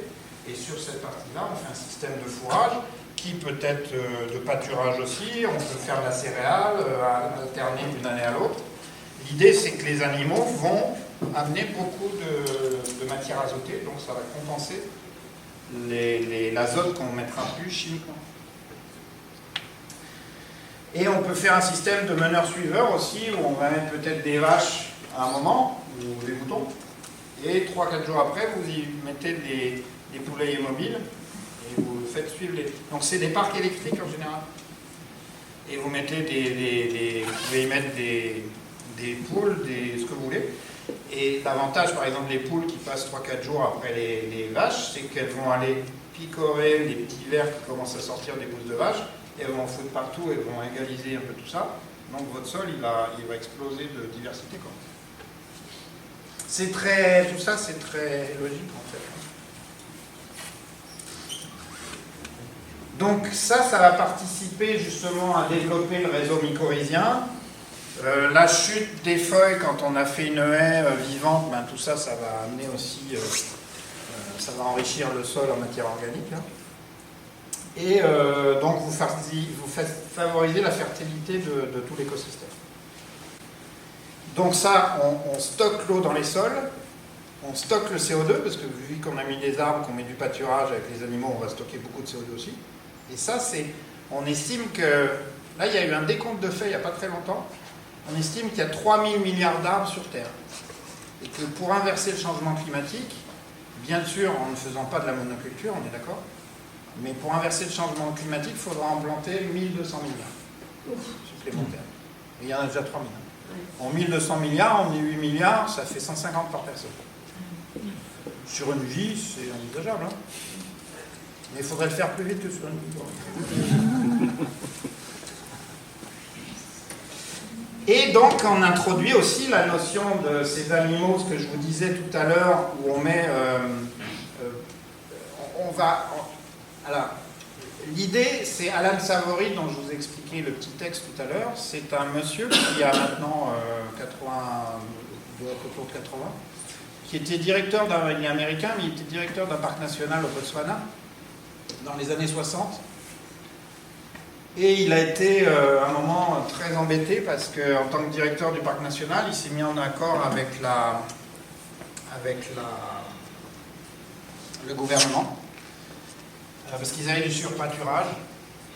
Et à cause de ça, ils ont été obligés de prendre la décision, ils n'avaient pas d'autre solution à l'époque, ils ont été obligés de prendre la décision de supprimer 40 000 éléphants. 40. Je ne sais pas combien il y en avait, mais ça devait faire un bon pourcentage quand même. Donc le gouvernement a été d'accord, ils ont supprimé 40 000 éléphants et le surpâturage a continué. Et là, en fait, c'était la plus grosse claque de sa vie, il s'en remettra jamais, il me le dit. Hein. Mais ça lui a permis de comprendre des choses. Ça lui a permis de comprendre des choses.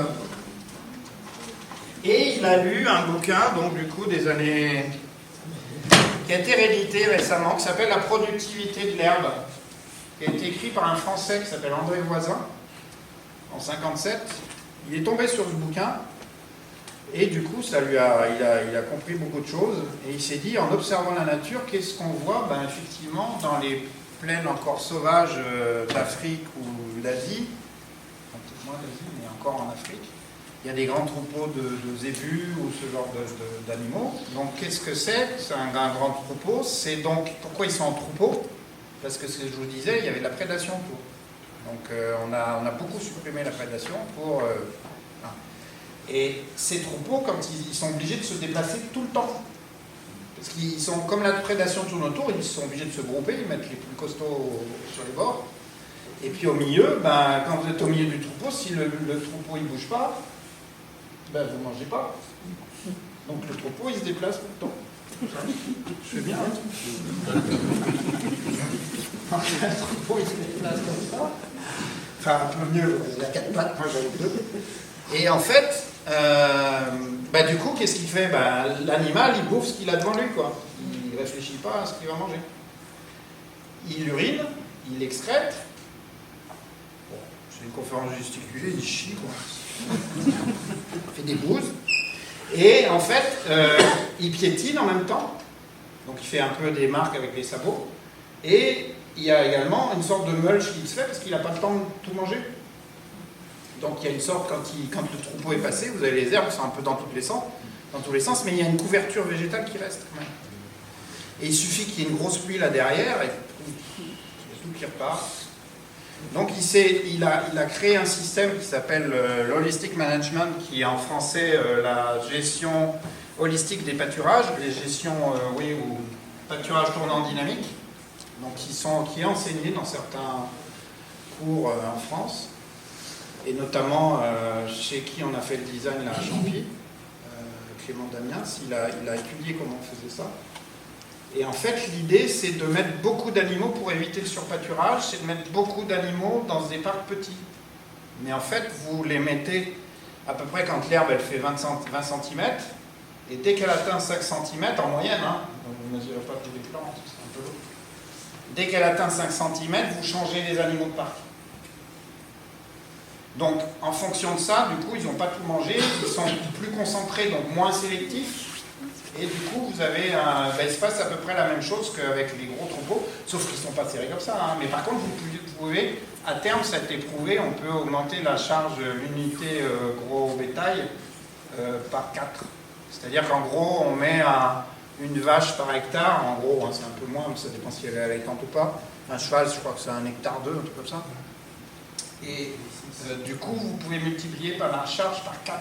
Ça veut dire que vous pouvez avoir 4 fois plus d'animaux sur la même surface. Et ça va engraisser votre sol. Au lieu qu'il y ait un surpâturage. Et ça supprime le parasitisme. Les meneurs suivants. Alors après, c'est pas toujours autorisé. La réglementation ne veut pas qu'on fasse tout et n'importe quoi. Mais à un moment, il va falloir qu'on fasse 100 aussi, hein, parce que autrement, on n'y arrivera jamais. Hein. Donc, le principe du pâturage tournant dynamique, c'est de comprendre, le premier principe, c'est de comprendre l'échelle de fragilité. L'échelle de fragilité, ça va dépendre sur une échelle de 1 à 10. Le 1, c'est la forêt tropicale, 10, c'est le désert. Et en fait, il faut imaginer où on se situe entre la forêt tropicale, nous, et le désert. Moi, je pense qu'il y a quelques années, on était autour de 4. parce qu'on a moins d'humidité, c'est ce que je vous disais, la décomposition des matières organiques chez nous, si on arrive à décomposer des branches comme ça, il faut quand même un certain temps, quoi. Maintenant, c'est plus compliqué, ça dure plus longtemps, il me semble. Hein. Donc en fait, on est peut-être passé de 4 à 6, on se rapproche de la désertification. Et ce mec-là, Alain Savary, là, en faisant ce qu'il a compris, donc il a fait des mises en œuvre de choses sur les 5 continents. Il a restauré des déserts. Alors lui, il ne va même pas si loin que nous. Hein. Lui, c'est juste du pâturage tournant dynamique. Il a restauré quand même l'équivalent de la surface de la France sur les 5 continents. C'était des déserts. Bon, c'est vrai que 40 000 éléphants, c'est dommage, mais en même temps, il a compris des choses. Donc, des fois, il faut qu'on se prenne une grande baffe dans la gueule. Deuxième principe, le lien prédateur-proie. Donc la santé des terres dans des environnements fragiles, c'est ce que je vous disais. C'est comprendre un petit peu comment fonctionnent les grands troupeaux herbivores et essayer de remettre un petit peu cette idée. Donc ce qu'on fait sur un lieu, en fait, on va diviser la surface en gros en 20 parcelles. Et en fait, on va faire tourner les animaux tous les 1 à 3 jours sur chacune des parcelles. Donc c'est un peu plus de boulot, on est bien d'accord, mais par contre vous n'avez jamais de surpâturage et vous avez plus d'animaux aussi, vous pouvez mettre plus d'animaux, donc indirectement vous pouvez peut-être avoir des gens qui bossent avec vous. Voilà un petit peu le pâturage tournant dynamique. Dernier principe, c'est le temps qui vient plutôt, c'est pas le nombre d'animaux qui est important, c'est plutôt le temps qui reste sur la parcelle. Donc c'est vraiment ça qu'il faut vérifier, c'est-à-dire qu'il ne faut pas que l'animal ait une deuxième mâche sur la plante. Parce qu'en fait, le problème du surpâturage, c'est quoi? C'est qu'on laisse tellement les animaux dans un pré qu'ils vont déjà bouffer que ce qui leur plaît, et ils bouffent jusqu'à la terre, quoi. Donc, qu'est-ce qui se passe? La plante, c'est que les racines, au même moment, elles diminuent. Et ben, quand l'animal il sort du parc, et ben, pour que la plante se régénère, il faut 6 mois, 1 an, quoi. Donc, vous faites une rotation par an, alors que là, vous pouvez en faire 8. En moyenne, c'est entre 6 et 8. Donc, alors que la moyenne normale est entre 1 et 2. Donc chez vous, vous n'allez peut-être pas avoir beaucoup d'animaux, mais vous pouvez très bien avoir des poules. Vous pouvez faire un petit poulailler mobile. Vous les faites bosser un peu. Que dire de plus?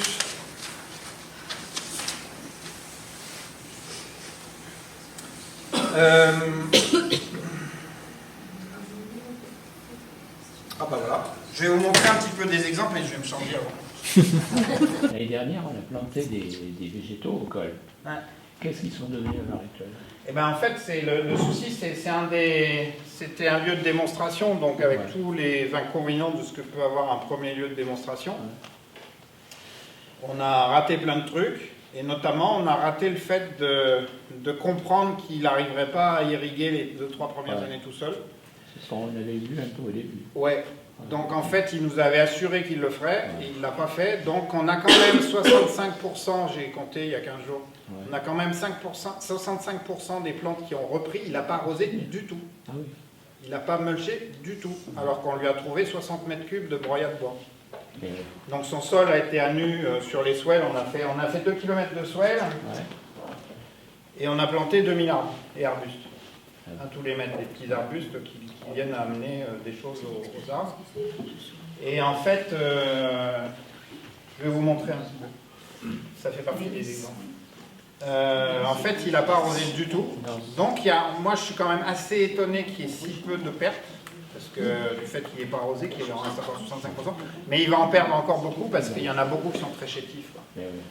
Ils étaient déjà petits. Donc ça, c'est un truc c'était un premier lieu de démonstration. Donc sur le triptyque eau, ça marche. Ça marche, puisqu'en fait, à la dernière pluie,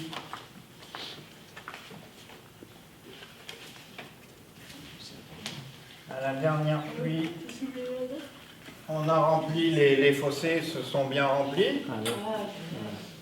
Donc ça marche, on bloque l'érosion. Il n'y a pas de souci, le ruissellement est bloqué. On a même rempli un bassin qui n'a pas été bâché à moitié. Bon, c'était une grosse pluie quand même. Hein. On a rempli ce bassin d'infiltration à moitié. Donc, sur le fait de bloquer l'eau, ça marche. Sur le fait du pâturage tournant dynamique, il sait faire, donc ça marche. Et sur le troisième plan, les plans qu'on a mis, ben, on va dire si on en a 30 à 40% à la fin, ben, on n'aura peut-être pas plus. Bien. Mais sur 3 points, on est à 2,4 quoi. Voilà. Et il a mis ses moutons aussi. C'est pas si mal que ça quand même. Il a mis ses moutons aussi. Oui, il fait tourner ses moutons en pâturage. Mais c'est là où je vous parle de l'humain. C'est que si on ne sait pas tout, et c'est qu'on ne sait jamais tout, déjà on a du mal à se connaître soi-même, mais pour comprendre les autres, c'est compliqué. Et s'il avait émis l'idée qu'il ne s'en sortirait pas, on avait fait un plan d'irrigation et tout, il ne l'a pas fait. Il l'a pas fait. Il ne l'a pas fait, il n'a peut-être pas osé nous le Pourtant, dire, au départ, donc on n'a pas organisé il le était bien truc. décidé, effectivement, de faire Ouais, il était à fond, mais il n'a pas eu le temps, bon, il faut le comprendre. Hein, mais du coup, c'est à nous aussi de recaler sur les prochains, parce qu'en fait, on va en avoir pas mal de prochains. Donc, pour vous montrer quelques exemples dans le monde entier, ça c'est en Chine, 1994, pas terrible, sur pâturage. Ça s'appelle le plateau du Leuss, ça fait 35 000 km², c'est un peu plus grand que la Belgique. Le gouvernement chinois décide de faire bosser un peu les Chinois, ça ils aiment bien.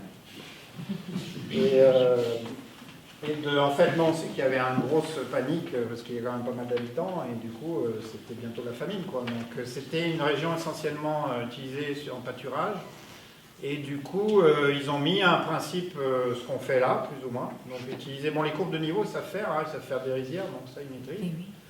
Et du coup, en l'espace de 15 ans, en 2009, ça a été fini.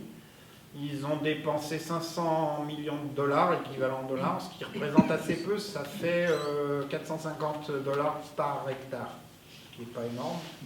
Et à l'heure actuelle, on a ça. Donc on peut rénover, régénérer de très très grandes surfaces, il n'y a pas de souci. Ça se fait. Mais tu dis, ça a mis 15 ans, ça. Ils ont mis 15 ans pour le faire, enfin une grosse dizaine d'années, mais ça a duré un peu derrière. Au début, les bergers, il y avait beaucoup de bergers, ils ne voulaient pas, c'était la cause du surpâturage, des moutons.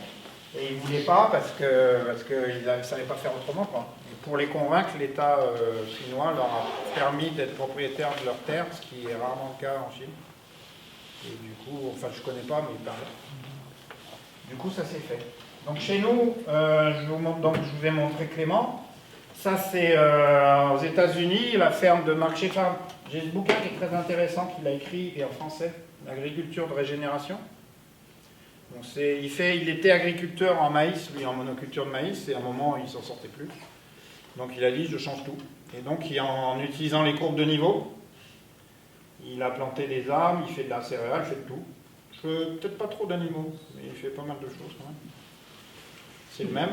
Et il a écrit ce bouquin qui est très bien parce qu'il étudie un petit peu les rendements du maïs et il compare à tous les rendements différents de ce qu'il a. Et à un moment, il arrête de calculer. Il y a tous les calculs qui sont faits.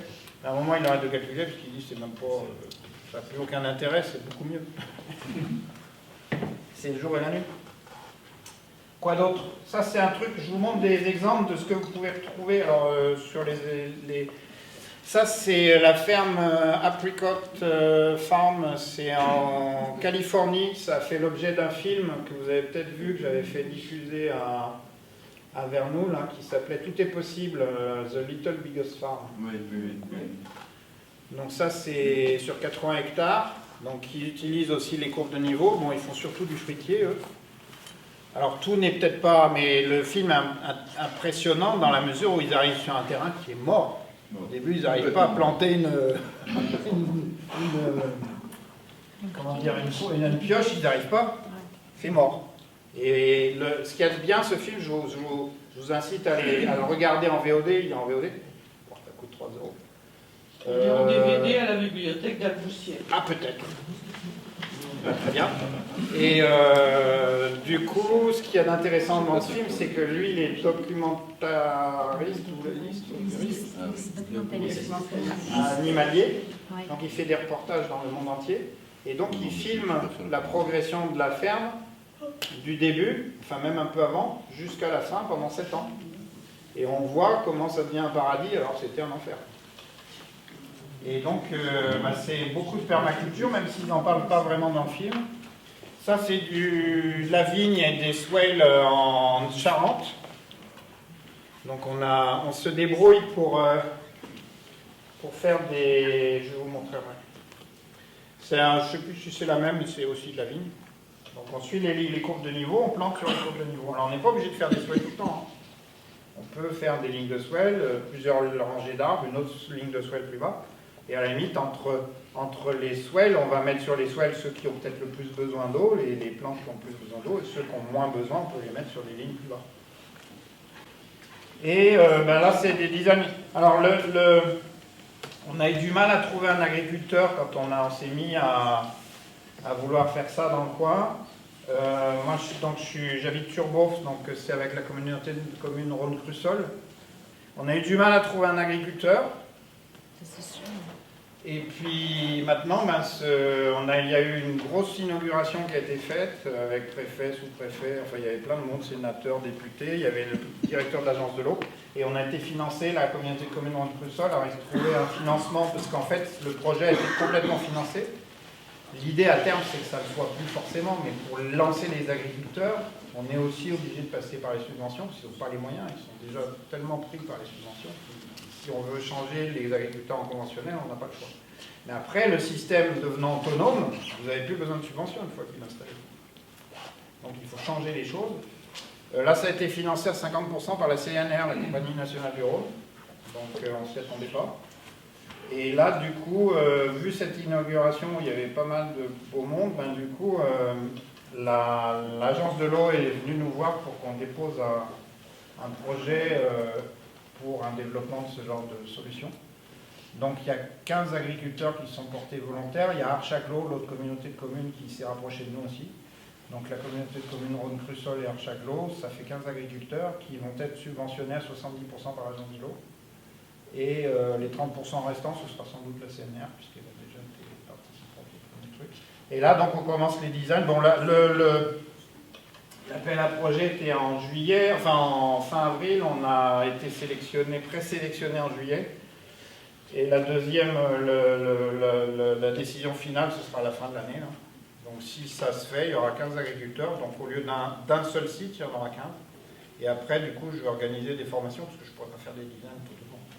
Donc, même si on va se mettre à plusieurs, ça va être compliqué. Donc là, par exemple, on a un design que je fais à Soyon. Donc, je ne sais pas si vous voyez bien. Là, vous voyez à peu près.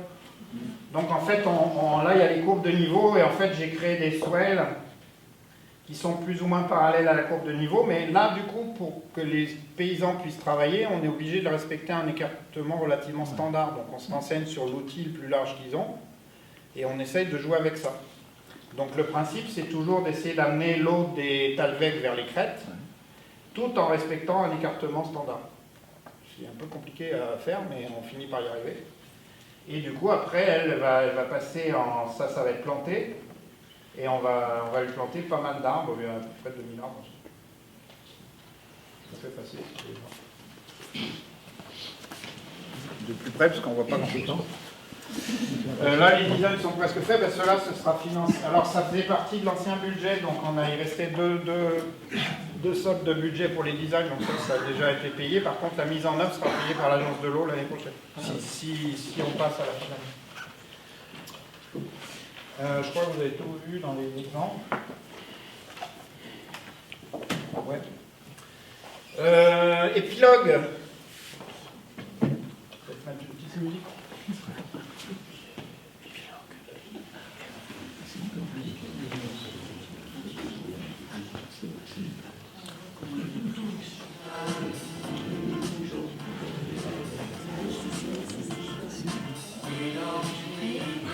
Peut-être mettre des rapports avec ce qu'on fait.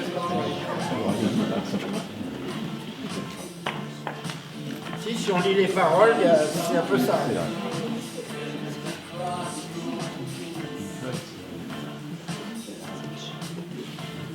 Ça va?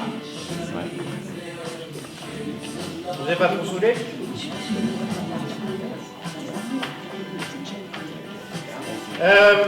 Épilogue.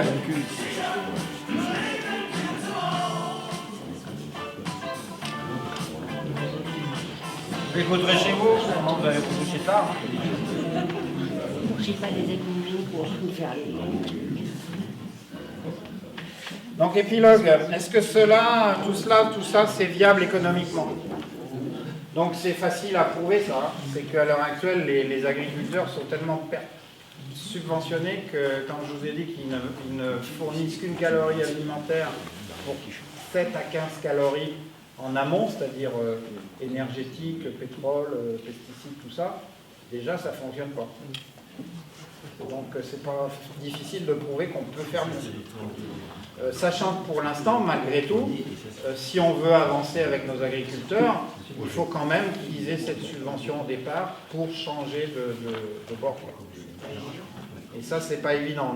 Nous les trois quarts de l'Ardèche, la région ne nous a pas subventionné. Par contre, maintenant, ça commence à les intéresser, donc vu que tout le monde s'y met. Mais jusque-là, ça peut être quelqu'un. Pardon? Il faut qu'ils aient envie de changer, les agriculteurs. Oui, il faut qu'ils aient envie, mais là, indirectement, vu qu'il y a déjà un lieu de démonstration, même avec les petits inconvénients que je vous ai exposés, il y en a quand même 15 qui sont venus là, alors qu'on avait du mal à en trouver un. Quoi. Donc, on va aussi organiser des formations pour que Rémi bosse un peu avec moi maintenant aussi, mais pour que on va aussi organiser des formations pour qu'on puisse leur donner une certaine autonomie. Et les accompagner éventuellement, mais pour qu'on ne soit pas susceptible de faire nous-mêmes tout le design, parce qu'on ne s'en sortira pas, ça prend beaucoup de temps de faire. Et pour mettre en place, je pense qu'il y a 3 piliers qu'on peut peut-être reprendre de Jean Jaurès, qu'il avait exposé ça à une époque. C'est le pilier à mettre en place, le pilier expérimental, donc c'est faire des choses à petite échelle sur des organisations en filière courte, avec des outils mutualisés, un CUMA, par exemple des sous-soleuses de pâturage, ce genre de choses, des formations directes pour les agriculteurs, faire de l'essaimage en école. Donc ça, la CNR qui avait financé nous avait demandé de faire un peu d'essaimage, donc on a fait un peu, il y a des écoles qui sont venues, tout ça, et trouver des associations aidantes, justement pour planter, parce que quand on plantait 2000 arbres, là on avait organisé 6 journées. Je suis désolé pour ceux qui avaient planté, mais le fait qu'il n'ait pas bien arrosé, j'avais un peu les boules pour vous et moi je les avais pas moi aussi. C'est comme ça. Ça fait partie de l'apprentissage. Deuxième pilier, c'est le pilier gouvernemental. Donc c'est utiliser les élus au niveau communal, intercommunal, les syndicats des eaux, les bassins versants pour toutes les aides qu'il peut y avoir, les subventions, pour organiser un système collectif. Donc ça, nous, on a fait une visite il y a quelques jours, là, qui était, Michel? Tu es venu au premier tour ou au deuxième tour? Premier tour. Premier tour, donc il y avait beaucoup de bassins de versants de Herrieux-Clair, il y avait le Doubs. Ils viennent voir un petit peu ce qu'on fait, ça les intéresse. Et le troisième pilier, c'est le pilier... Est-ce que le syndicat des eaux est venu? Oui, il y avait Herrieux-Clair et... Non. Et Aigo, il est venu? Ah oui, il y a aussi le syndicat. Il est venu. Moi, je ne m'occupe pas trop de ce genre de trucs. Il y avait 35 personnes au premier tour et 25 au second. Syndical aussi, c'est le troisième pilier, le pilier syndical, tenir compte des intérêts professionnels dans le changement de modèle agricole.